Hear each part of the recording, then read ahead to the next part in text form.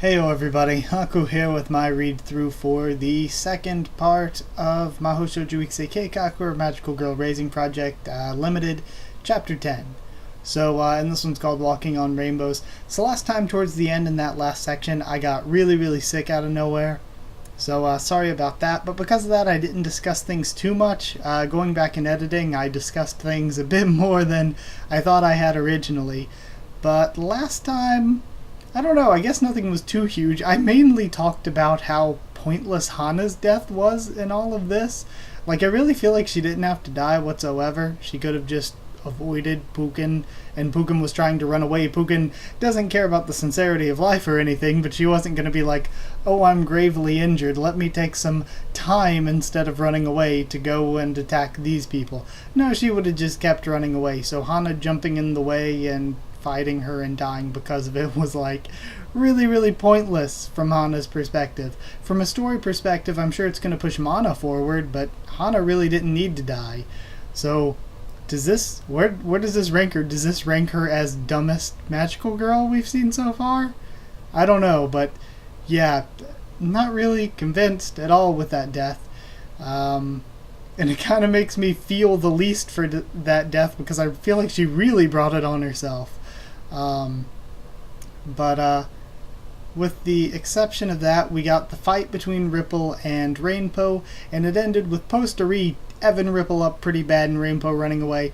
But I kind of said that I saw that coming in a way, because Poster-E, it's been her, like, Rainbow's been her friend all this time. She's going to think something's wrong, but it's not so easy to throw that all away if she still thinks that maybe she can speak to her, maybe she can save her in some way. And I don't think that Ripple's going to die. I fear very little for Ripple's life, because she's basically a main character. And she could die. Anyone could die. I totally believe that anyone could. But I don't think Ripple is. At least not here. So I'm still gonna say that Ripple is fine. I mean, maybe not fine, but alive. And in addition to that, what else have we? Oh yeah, Weden has now met back up with Funny Trick, and I hope they meet back up with Kuru Hime and Tapsukeme, wherever the heck Mei is or whatever she's doing, and the four of them can be kind of the force to stop the assassin. And I think they even brought up the idea of teaming up with the investigation unit to help them take down whoever this assassin is. And I don't really think they suspect Rainbow in particular, but they know it's somebody from their group at this point, pretty much. And then we'll have to see what Poster-E does in the end. I could totally see Poster-E dying for Rainbow, even though Rainbow's an evil bitch. And also, never ever trust the mascots. We've learned this. The only good one is Fall. And was there anything else that happened? I think that's about it. Just the two of them meeting up, more about the death, and Mana deciding to hulk up. Like, when we learned that she had the magical steroids, I was totally like, okay, they wouldn't tell us about this unless she was totally gonna just use a bunch of them and go into crazy Mana mode. And probably end up bringing some like terrifying harm onto herself because of it. So yeah, I feel like that's what's coming next for Mana. She's gonna just totally go full on magic power with the magic steroids. Yeah, we just had those two things in the fight. So either way, oh yeah, and Pithy has snuck off somewhere while Ripple was fighting, or maybe she just hid nearby and she's going to be the one to save Ripple. Who knows? But we're starting off on, well, kind of at the end of page 17, beginning of page 18, with Kuru Hime at 9 hours and 45 minutes remaining. Alright, so let's see what Kuru Hime's up to start off. She didn't call an ambulance. She didn't even do any resuscitation. She realized it was pointless to do anything as she sat down in front of her father. Her father's head had been separated from his body. In his pajamas, his body fell down facing the entrance of the room. When he heard the noise from the entrance, he probably wanted to see if Nozomi had come home. He was silent and blunt, and his daughter never really understood what her father was thinking. He didn't even positively take any communication from her. If she spoke to him, he'll respond with the most minimal requirement. He was always that blunt. I just remembered while I was reading that we learned a bit about Rainbow's backstory. which is tragic. So you kind of understand where she's coming from, but at the same time, she's kind of an evil murderer, so I don't really feel that bad for her. And also because she decided that, oh, I have this horrible backstory, let me use it as an excuse to be horrible. Where other people had bad backstories, Ripple had a bad backstory, and Ripple decided not to become evil. So, yeah, don't really feel that bad for Rainbow. Even when he's doing a family service of going out to tourist spots, her father didn't seem to be enjoying himself. No matter what the situation was, he was always indifferent every time. He shook his hand as Nozomi and her mother rode the merry-go-round, and while he did glance at them, he did nothing more than that. In contrast, her mother was a very busy person. When Nozomi was supposed to be growing, yet wasn't growing at all, it was her mother who encouraged her, and the one who laughed alongside her while watching TV was also her mother. Her mother was also close with their neighbors. She became an official of the neighborhood association, since no one else wanted to. Whenever she came back from school, she would see her mother in the living room, talking with one of their neighbors. Her father never even brought someone from their workplace home as their daughter. She was worried if these two were getting along well together. How did they get married? They should at least have been introduced to each other, or did they feign their friendliness all the way to their marriage? They never really had any fights, but they weren't really cheating on each other either. They simply lived an ordinary life without any excess, until her mother fell ill. Nozomi knew that her father had loved her mother, and she was also able to reconfirm how much she loved her parents. Ironic that she only realized this once her mother had gotten ill. Nozomi thought that next time would be her turn to care for her father. That time will never come. The blood that was stained on her knees had gotten cold. The light coming from the window had signaled the changing of time from night to day. Kurukuru Hime had forgotten that Pithy Frederica had been targeting her. She wasn't even vigilant about a hand that could suddenly pick her up from behind. She was just sitting there, unable to move in front of her father. How long his time passed. The smartphone covered in ribbons began to ring. Kurukuru Hime received the incoming call reflexively. "It's Nanako-san. Is this Kurukuru Hime? Are you okay? My father was killed." On the other end of the phone, Nanako-san was speechless. Saying those facts out loud had completely cemented it. She closed her eyes, knowing that she couldn't go back anymore. She didn't want to see anything anymore. "I'm sorry for your loss." The voice sounded like it was forced to come out. Kurukuru Hime tightened her closed eyes. There were only bad things. Not a single thing had happened. If she could also close her ears as well instead of just her eyes, how easy would things be? "Were you attacked by Frederica since then?" She shook her head, and after she remembered how it wouldn't be transmitted, she replied, "No." And now we're cutting to see what Pithy's doing 10 minutes later. Pithy Frederica, time 9 hours 35 minutes. I'm going to make sure at each scene break or whatever I get some water to make sure I don't lose my voice.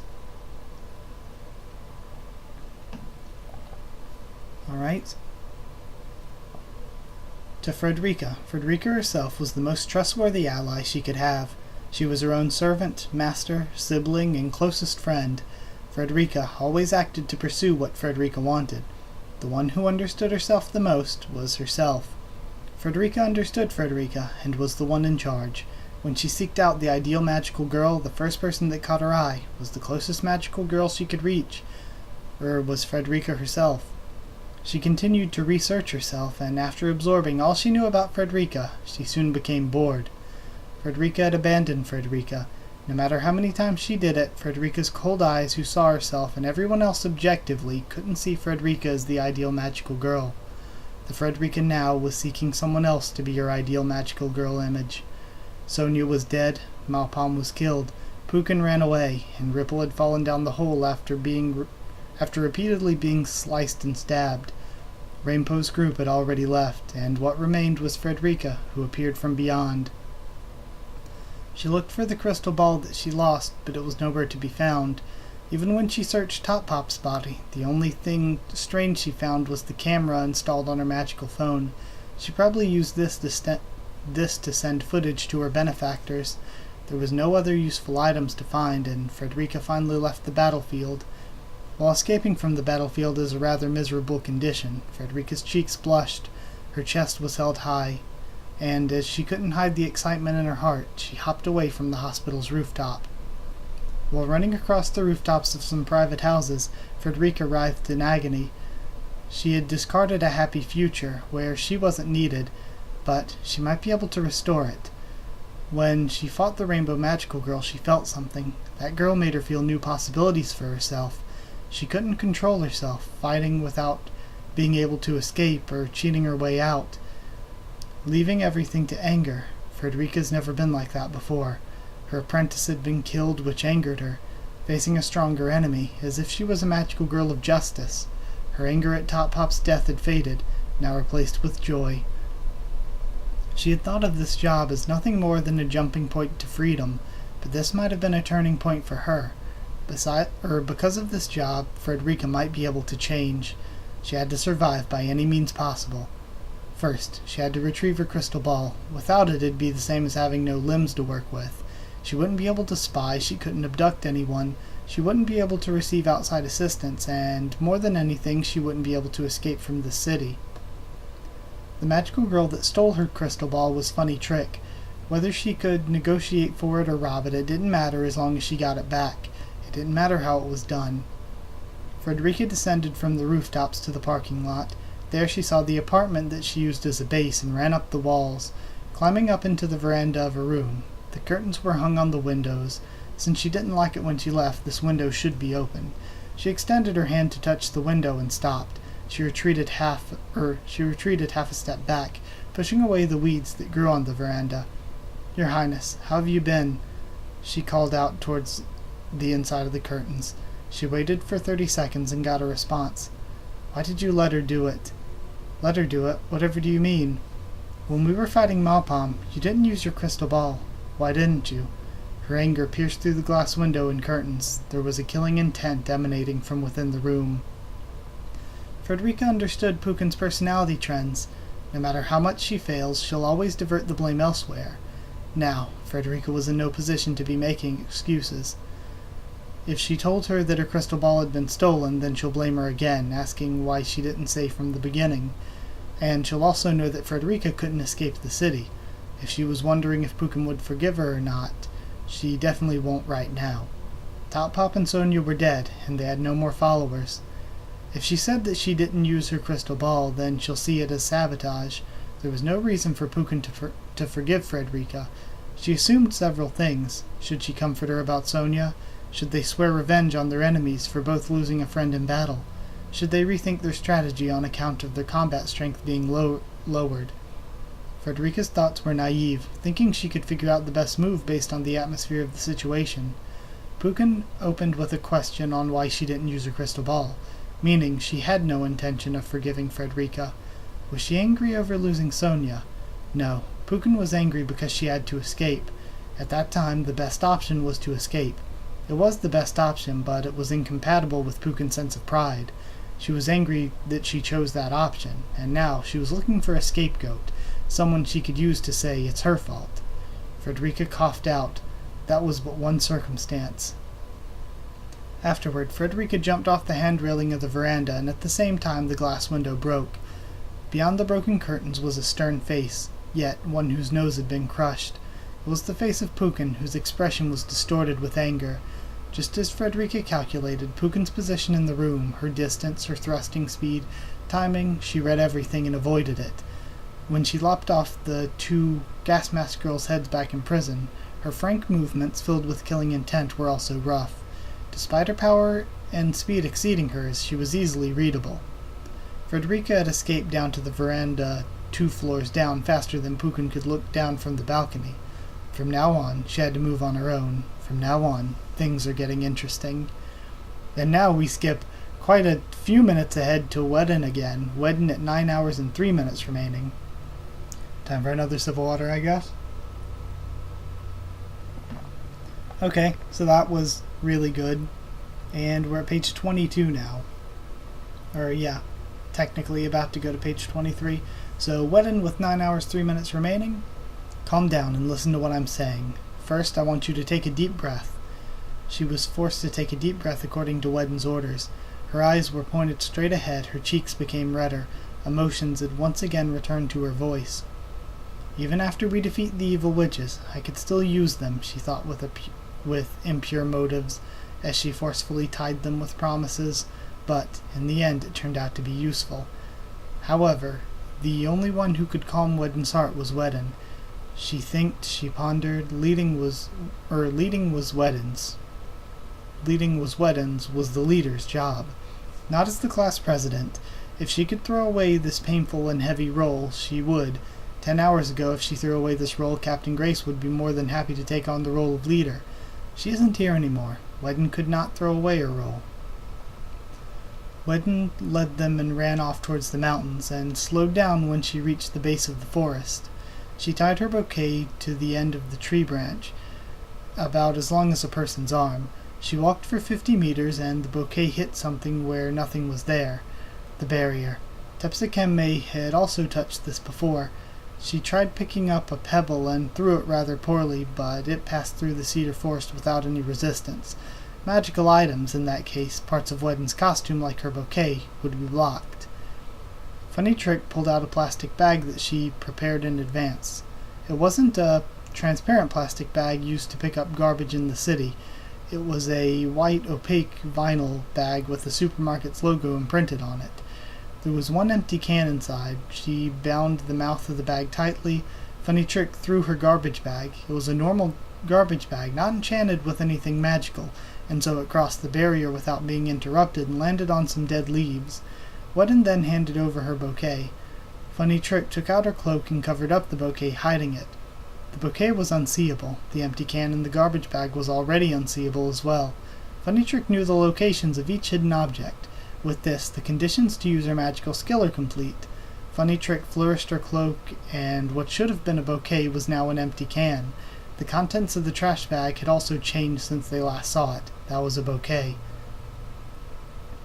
Their experiment was successful. Wedden requested a handshake. Funny Trick wanted a high five. When they suddenly missed each other, the two of them quickly hugged and laughed. Using Funny Trick's magical skill, they could get out of the barrier, even if they were magical. They've proven that her powers were usable on magical girls, when they did it on Posterie. Using this, they can escape the barrier. Good. Wedden and Funny Trick, just leave. Just leave, get out of there, be safe. Using this, they can escape the barrier. Her joy of being able to escape was diminished by her anger at letting Pukin's group go, but they wouldn't know if this was possible until they had Funny Trick try it out this escape method herself.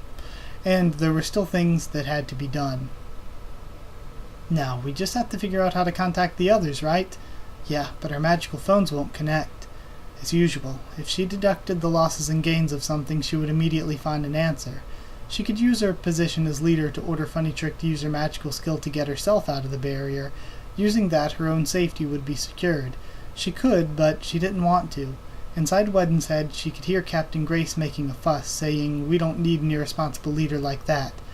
In that case, just leave all the leader stuff to me." Even while she thought she was an annoying person, just thinking about the other magical girl's thoughts made her unable to bear running away alone. Even though if she thought about losses and gains, she knew that running away was a definite gain. It was a shame that they didn't decide a meeting spot whenever there was an emergency. Even if they did, that would have been trouble on its own. If she had confessed to Pukin, everyone might have been caught in a single stroke.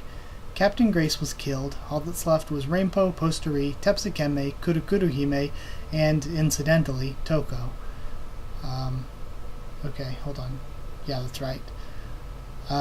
They were uncertain what happened to Rainbow and Posterie after the apartment attack, and according to Frederica, Kurukuruhime had been together with the investigation team after being captured by rabbit ears. Okay. Frederica should still have Kurukuruhime's hair, so both surveillance and kidnapping would still be possible, she thought. That was worrying. Funny Trick had told Wedden that Tepsikeme had been attacked by Sonia when Pukin went after them. Okay, attacked by Sonia when Pukin and her went after them. Do you think she's safe? Well, it looked like she escaped. May is strong. She looked at the direction of that voice. At the same time, she was on guard. She saw that Funny Trick was doing the same thing in the corner of her eye. Even though they only recently teamed up, they didn't have trouble being in sync. Sitting upside down on a large branch of a cedar tree was an Arabian dancer magical girl. Tepsikeme. What? Don't what us. Where have you been all this time? In the sky, looking at lots of things. With the branch on her center, Tepsikeme flipped vertically until she became a position that obeyed the laws of gravity. It was very difficult. Difficult? What is? Don't know who's an enemy, don't know who's a friend. Wedden also wanted to agree on that point. Okay, so now we're skipping another 30 minutes for Rainbow again with 8 hours and 37 minutes. So this half of this chapter is just skipping us ahead to get like right towards the time limit running down. Right towards the time limit running down for the last two chapters. And now we have Rainbow, 8 hours 37 minutes. Let me get a sip of water just really quickly. Okay. She sliced up Malpalm, she sliced up that magical girl who she didn't know the name of, and the swordsman and Frederica escaped. She thought naively of Ripple, so she struggled, but she'd received an unexpected help, and Ripple had been thoughtlessly stabbed. The person who had unexpectedly helped, I just thought now that Ripple's gonna pull the same thing she pulled in Unmarked, just come out of nowhere for the win at the end. The person who had unexpectedly helped her was now moving away from people's eyesight and was sitting cross-legged, hanging her head. No one had told her to sit so properly. Just looking at her sitting on top of a building in November as the night turned to day made her feel cold. But that was the kind of person she was like. While Rainbow looked down at Posteri, she spoke in a soft voice with Toko. What do you think she's thinking about? Don't ask me, ask her yourself. She's keeping her alive for now, so that she could make her into a hostage later. That's what she had threatened her with, but this person had chosen to save her and killed the heroic ninja. Rainbow couldn't comprehend it. She didn't understand. She couldn't read her intent either. She was actually quite afraid. Hey Tachan, why did you save me? Posteri looked up slightly at Rainbow, then hung her head down once more. Because. Because of what? Because we're friends, she says. And of course, she still has to struggle through this. And we have an illustration of the two of them. Man, I can't wait to see how this goes. Oh, and we actually see Toko here hanging out of Rainbow's chest. Okay. Interesting, then. She saved her because she was her friend. Rainbow had tried to provoke her back then. Rainbow and Toko's way of speaking towards their opponent was an attempt to taunt them. Objectively, they would always be the villains. Okay. Besides, you're still useful to me, so I'm going to keep you alive later as a hostage. Aren't words that any hero would say. Even in a picaresque story, she wouldn't even be a protagonist, would she? Which means that Rainbow was a villain, and the ninja was on the side of justice. There would be no reason for Posteri, who would be used as a hostage later, to save Rainbow. During an emergency, Cowdy had decided that it'd be a good idea to prepare magical girls that could support her. Toko and Cowdy had thought of that about half a year ago. If possible, they'd prefer people from their school. She wouldn't tell them of her business. She'd become intimate with them as normal magical girl friends, and then, when an emergency came, she'd covertly use them as a shield. Once they thought of that, Toko started her investigation and found 5 people with magical potential. Tatsuko was one of them. Among the girls who Toko had found magical potential, the only one that refused was only Tatsuko. Kaio Nemuro was a person with common sense, but since Umi Shihabara always dragged her around, she became very easy to predict. Regarding Nozomi Himeno, if they pleaded with her as a student, she would be pulled in by her sense of responsibility. However, as Cowdy, who was in the same grade and in the same class as Tatsuko, she was the easiest to use. That's when Cowdy approached Tatsuko, wanting to become her friend before she became magical girls. Frankly, Tatsuko had been more introverted than she had imagined. Despite getting close to her, she had to spend a lot of time doing it. When she finally had it resolved, Toko and Rainbow's pursuers were already here. Okay. Thus, Toko and Cowdy decided to launch their plan while it was still incomplete. Even though Tatsuko exuded feelings of friendship toward Kaori, when she revealed her true nature, it should have been exposed that everything, including their friendship, was faked in order to use Tatsuko. Rainbow looked down at Posteri. Posteri seemed to look ashamed somehow. Did she really understand why everything turned out this way? What should she do? She wondered as she looked at Toko. Toko had a difficult look on her face as she shook her head. Throwing the question back at her was far more troubling. Rainbow apologized for a while, but no matter what angle she looked at it from, Tatsuko didn't seem to be planning anything. I have no clue what she's doing, but she's just acting like an idiot, concluded Rainbow. Rainbow held out her hand to Posteri and helped her stand. Thanks, Tachan. Thanks to you, I was saved. It'd be fine if things stayed this way. She didn't know what Posteri was thinking, but at least she was still usable. She could just discard her after she stopped being useful. For now, Posteri was still useful to her. So, maybe, it's possible, seeing her inner thoughts here, Posteri maybe could save her. She's still evil and stuff, that doesn't change that. It doesn't change the past, but I mean, like, in the present, she could kind of save her or redeem her in some slight way. So there is that. So this was a good one. We just skipped a bunch of time ahead, like I was saying. We got a lot of character development, showed what a lot of characters were doing during this time, I guess is a good way to put it. But I really enjoyed reading this a little bit. So I guess I'll end it here, and then come back for the final 2 chapters next week. Hopefully we have a Category 4 hurricane coming, and I have no idea how bad or not that could end up being. So there's the chance that I could just be unable to have power for a few days, or unable to do anything for a bit. So yeah, things could be like instantly back to normal, or things could be terrible for a long, long time. So no clue how that actually is going to go. But I would say maybe, hopefully, it won't affect the next read-through video, but we'll see what happens with Chapter 11. So either way, I do hope you enjoyed this. Yeah, like if you did like the video, comment down there, tell me what you thought of this chapter, what you thought of my first thoughts and reaction. Subscribe for Magical Girl Raising Project, much more on the channel. Follow on Twitter if you want. I can try to keep you updated there and stuff for the channel. And I will see you all next time. Or wait, if you want a link to the Discord server to talk to me or more of us there, just ask and I'll give you a link. I don't remember if I said that. But either way, that's it. Thank you once again for watching, and I'll see you all next time.